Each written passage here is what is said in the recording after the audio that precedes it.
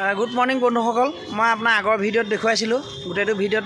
গোটেইটোত মই ভিডিঅ'টোত সম্পূৰ্ণকৈ মন্দিৰটো উঠাব পৰা নাই। মোৰ পিছফালে চাওক, ঠাইতে মন্দিৰভাগ আছে, কিন্তু এই মন্দিৰভাগত সোমাবলৈ বহুত দূৰেদি এনেকৈ বহুত দূৰেদি ঘূৰি যাবগৈ লাগিব।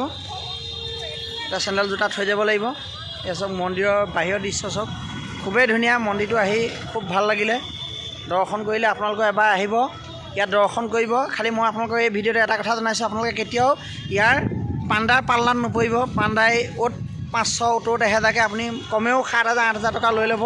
আৰু এইপিনে নিচেই কাষতে আপোনাৰ যিদিশে সোমাই যাব, তাৰপৰা ৰাইট ছাইডত আপোনালোকে সোমাই যাব, সেই ছাইডত তাতে 50 টকা বা 100 টকা ভোগৰ টোপোলা আছে। আপোনালোকে ভিতৰত কেতিয়াও ভোগ নল'ব। পাণ্ডাৰ পৰা ভোগ ল'লে আপুনি 2000 2200 1500 ভৰিব। যিহেতু আমি তাৰ ভুক্তভোগী, আমি বাহিৰত 150 টকাত 100 টকাত আমি নিজে ভোগ খাই আহিছোঁ। আৰু আপোনালোকক ভিডিঅ' বনাই আছোঁ। আপোনালোকে মোৰ